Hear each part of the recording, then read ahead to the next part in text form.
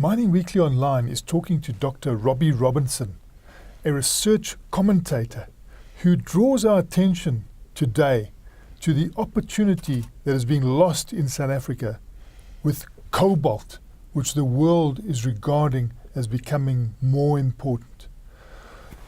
Robbie, can you tell us about the cobalt opportunity in South Africa and how it's being lost? Yes. First of all, cobalt has suddenly hit the highlights and the news headlines in terms of its use in the electric motor cars that are becoming more and more a real possibility. It forms a special lithium alloy, and to make these electric batteries, the lithium-ion electric batteries, you need cobalt to form this alloy. Cobalt is not the most common element in the world, and it's usually available in small quantities around the world. Now, from our point of view, every narrow-reef gold mine has some cobalt in it. It appears, for example, as one of the toxic elements in the acid mine drainage, which is also in the headlines these days.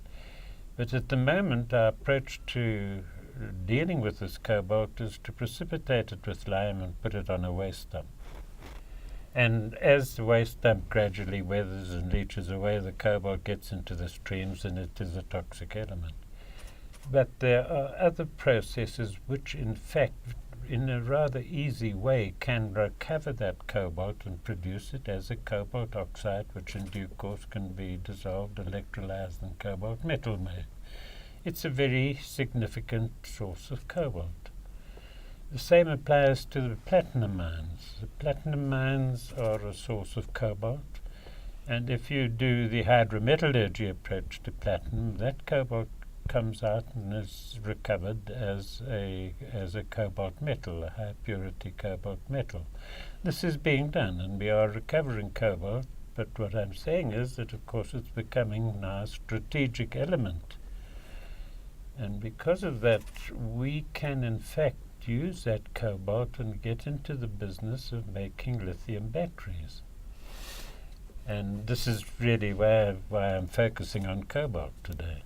And this cobalt, when you have the narrow-reef gold mines, if you blast it differently, could it be easier to recover the cobalt? Very much so. Yes, indeed so. If you can selectively separate the reef part of the underground ore reserve and throw the waste rock on one side, the cobalt concentration, of course, once that ore reaches the surface is very much higher. So it's much easier to recover. And in fact now, if you adopt a zero waste, non-toxic philosophy about the waste residues, it is easy enough to recover all that cobalt, at the same time recovering uranium and in fact quite a number of other elements which have potential value. And we should be doing this, and this should be started just as soon as we possibly can.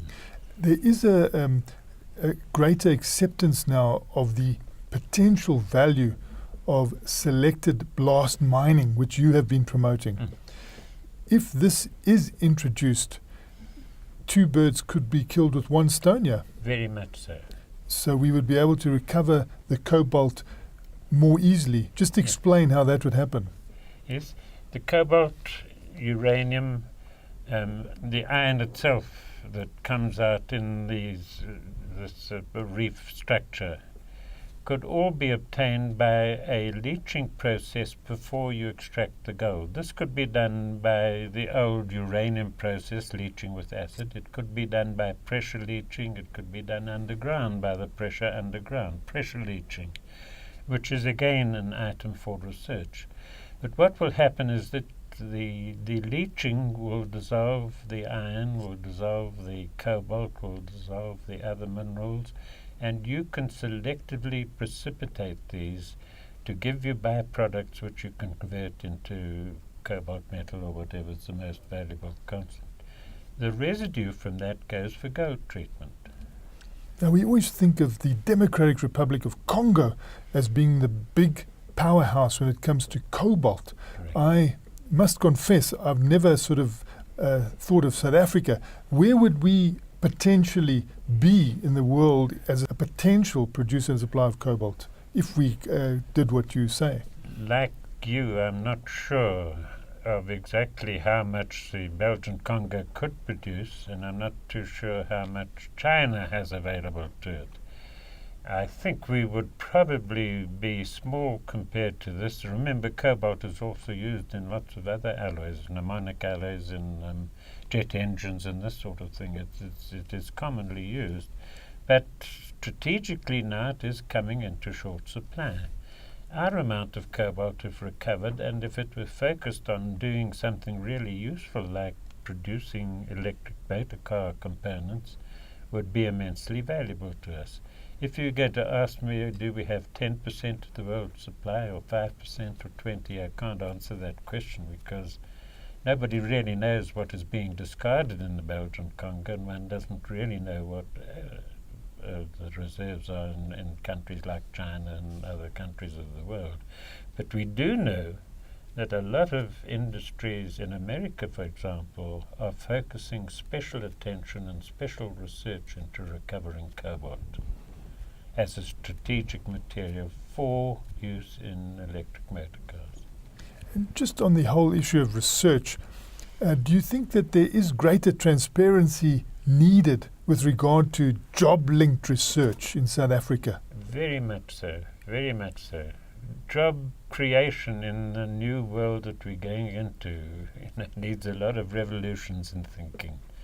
Not the nasty revolutions, the nice revolutions. And one of the revolutions are propagated by many people like Clem Sutton and many others, saying that it is innovation is going to create these jobs. And it's innovative thinking of saying, let's try and recover all this cobalt, which done at a university becomes transparent and says to a young man, I'd like to get into this, and start up a company, maybe making lithium batteries, for example. But that applies to just about all the efforts we have to spend to create 6 million jobs. It's going to be an entrepreneurial effort, and it's going to depend on us coordinating all the research that is going on, and for that there's got to be transparency.